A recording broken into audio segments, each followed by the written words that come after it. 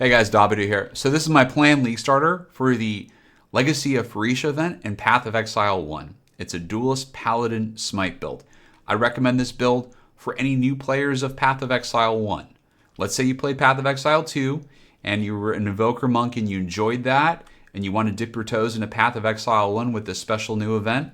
Well, I'd recommend this build. So why this build? What makes this good? Well, there are builds out there that do more damage, that can scale up higher, but this can scale up to a good 20 million, 30 million DPS and be quite tanky.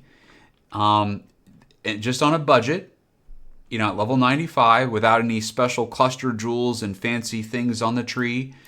In fact, I'm missing like a jewel, like right over here and right over here. Anyways, so, and the gear that you have is like the Rebuke of the Vol, the Oppressor, Tanu Ahi gloves, Carnage Heart. The rare items that I have in this build, like I'm not even filling in my prefixes for the most part.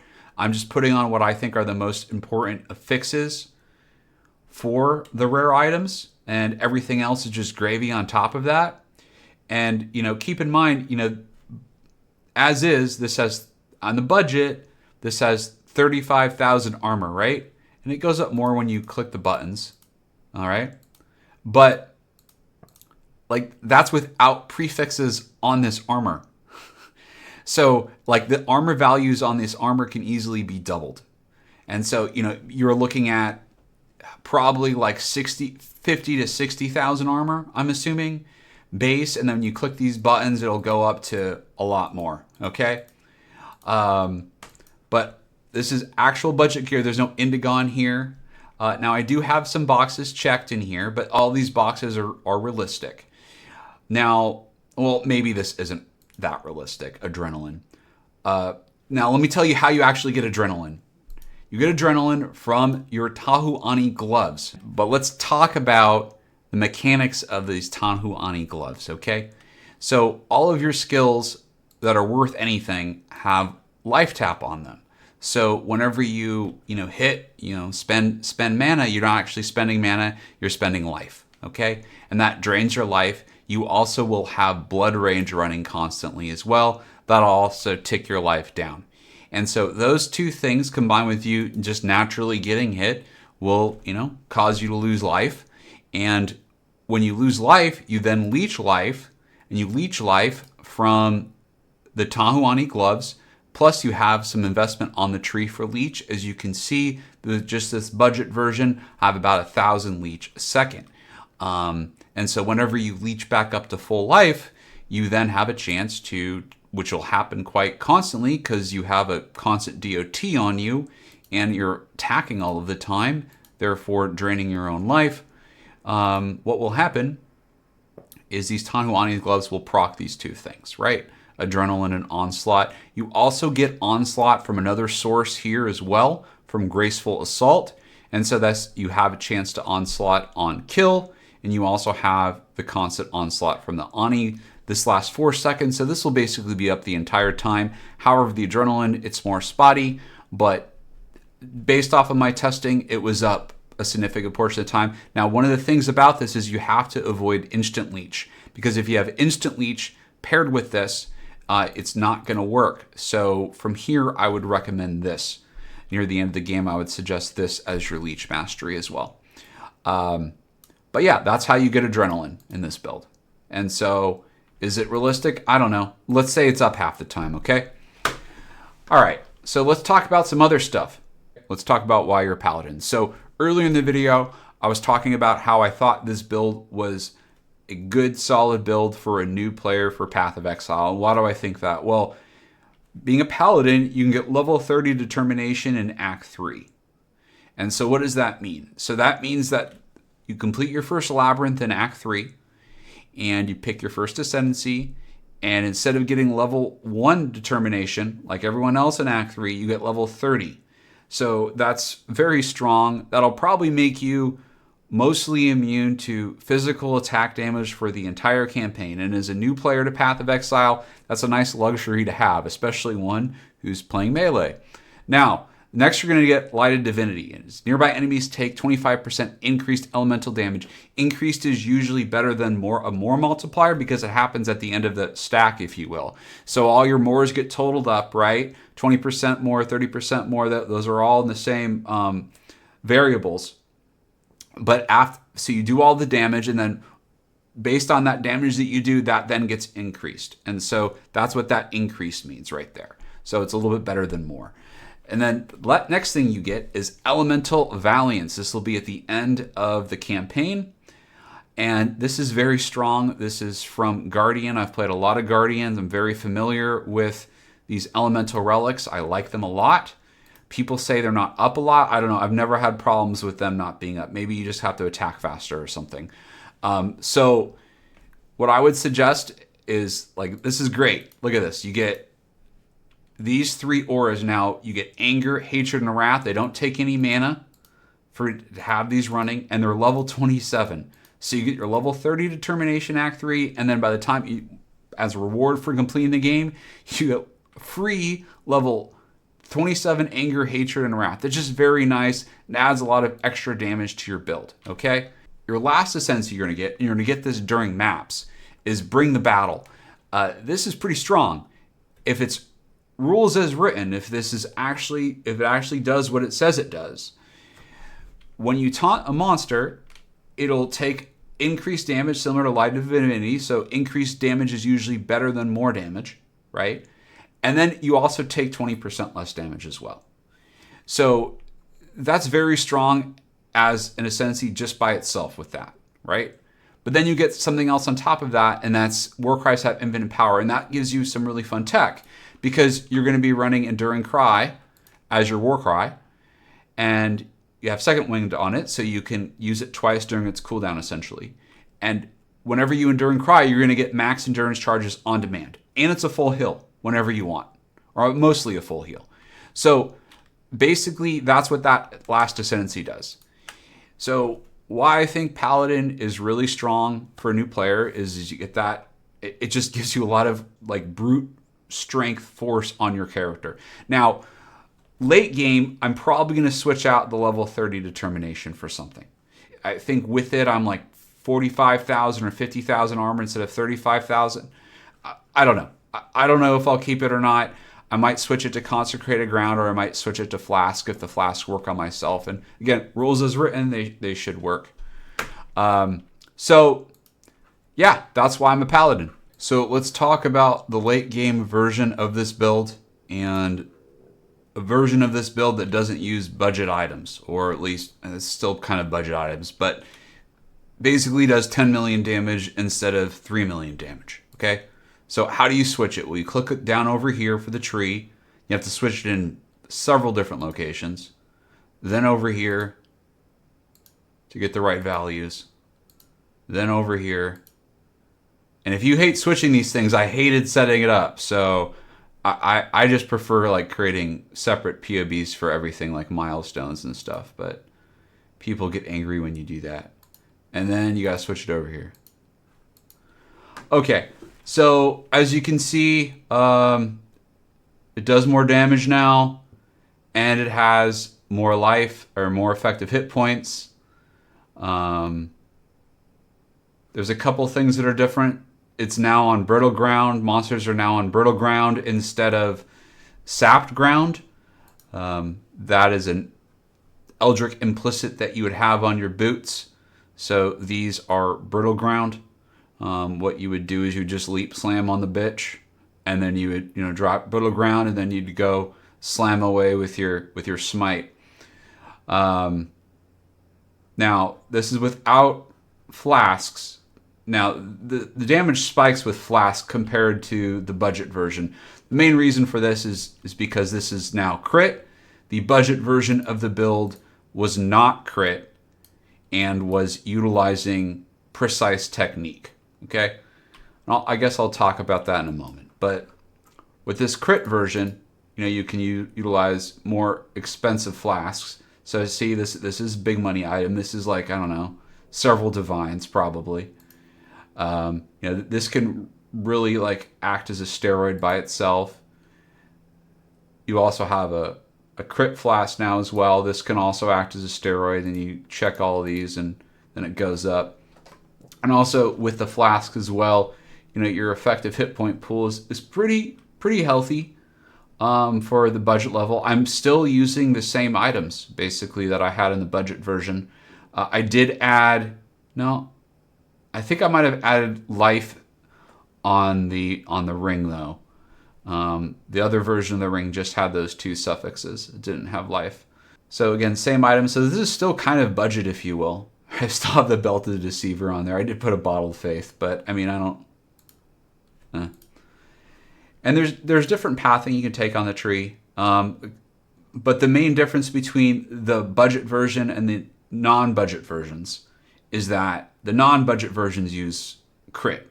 And the budget version uses... So let's go back to the budget version and switch everything around. So remember, you got to switch this.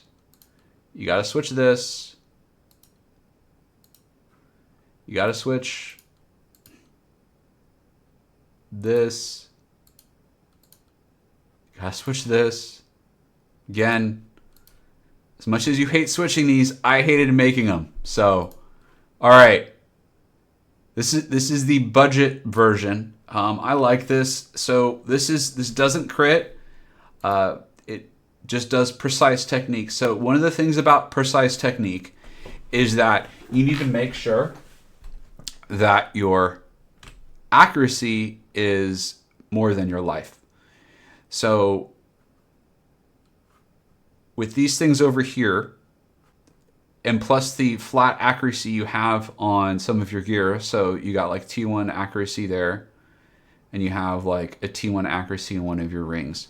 So those things together, especially also with this mastery, because you have, you know, almost 400 dex, so that's almost 400 accuracy from that right there. That just gives you a higher accuracy value than your life, and that's pretty useful. And then that makes it so you do more damage. I was reading on the wiki that like Smite can kind of double hit, so that makes sense, and that feels about right. Again, based off of my testing versus Molten Strike. If you really want to take this to kill Uber bosses and stuff, you're probably going to switch up to Molten Strike endgame. But Smite's really fun to use. In the gameplay footage, you'll see what I'm talking about. It feels better, especially with like Ancestral Call. Okay, guys, let's talk about the skill tree pathing during the campaign and the progression during the campaign. The skills are actually going to be somewhat similar. Like I said, this is a recommended build for new players for Path of Exile 1. And as a result of that, you don't switch too many things up. It just kind of works. It just starts from Act 1 and just builds all the way up into maps, and it's just the same kind of build. It just progresses. So you start with Smite, and you get that at the very beginning of the game. And this is the skill setup. I have it kind of in order of when you would normally get them. You can't get, like, you're going to want to use like Trinity and Fortify and and Lifetap, of course, because later in the game, like, you're going to have Lifetap on everything, but right now you're actually using mana to start the game. So, but you're going to get Smite at the very beginning of the game, and these are the supports that you can add. Just what's the priority is just make sure when you're dual wielding throughout the campaign that you have 2 swords that are somewhat equivalent. And then also you have move speed on your boots and you have resistances on your gear if possible. But the most important thing is just get sockets as well. So that's what you're really prioritizing throughout the campaign. That's what I do in terms of itemization. I don't have any items really specified here beyond just 2 equivalent weapons in different steps throughout the campaign or milestones throughout the campaign. So anyways, we're still in this campaign skill tab here, and this has all the skill clusters that you're going to want to use that will progress throughout the campaign that you'll get. You're going to be utilizing some interesting tech that I don't see a lot of people use, and that's Herald of Purity plus Meat Shield, Calling Strike, and Stone Golem. You won't have enough mana for all of this right away, but as you progress, you will. you'll see what I'm talking about. So let's just set this, let's just check these right there. As you can see, we're in negative mana right now, right? And we set this to Act 1, so let's go set this to Act 4, or level 43. And let's go over to the tree and set this to level 43. So as you can see, we now have more mana. And if we go up, we can, let's say, go to 3, 4. You get more. Now, I have all the different act progressions here that you're going to want. Like, kind of, these are the milestones you're looking at, right? Let's go back one. And this is an interesting one, which is early maps. And this is a switch over to shield. So during the campaign, you're dual wielding. The reason why you're dual wielding is because it keeps it simple, and you're faster and you attack faster. Okay? Dual wielding gives you a 20% more multiplier in your attack speed, and you don't have to think about itemization. Because really in the campaign, you don't want to be too focused on items unless you enjoy doing that. But you just kind of want to get through it and kind of have fun and have a build that's kind of fun and fast going through the campaign. All right? And that's what this build does. Okay? But the interesting thing is, at the end of the campaign, you're going to transition over to a shield from dual wielding. And because a shield, and that shield's going to be the oppressor. You can go to the budget version of the build, because that's what it would look like. That's what it would look like at the end of the campaign. Now, during the campaign and initially, I get this accuracy over here. Eventually, you're going to want to get the accuracy over here because it's stronger.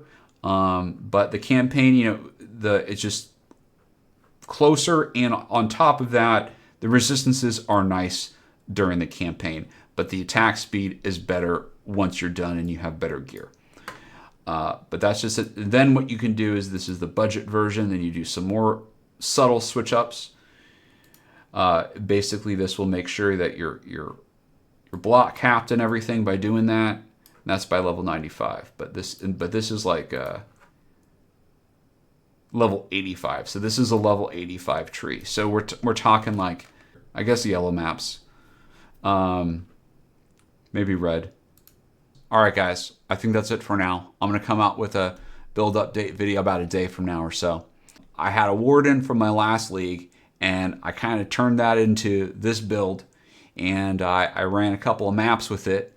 And I made a little gameplay footage so you can see how a Smite plays. And I made sure that the DPS of that build was around the budget, 2.5 million DPS. Now, what you see in the video is actually less tanky than the budget version of this build. So that's kind of what you can expect once you get to the end of red maps, how the build will play out. And again, that is on the budget gear that's in this build. All right, guys, enjoy the video. I'll talk to you later. Bye. One of my captors hid a beast within his heart. Now his true self can be seen by all.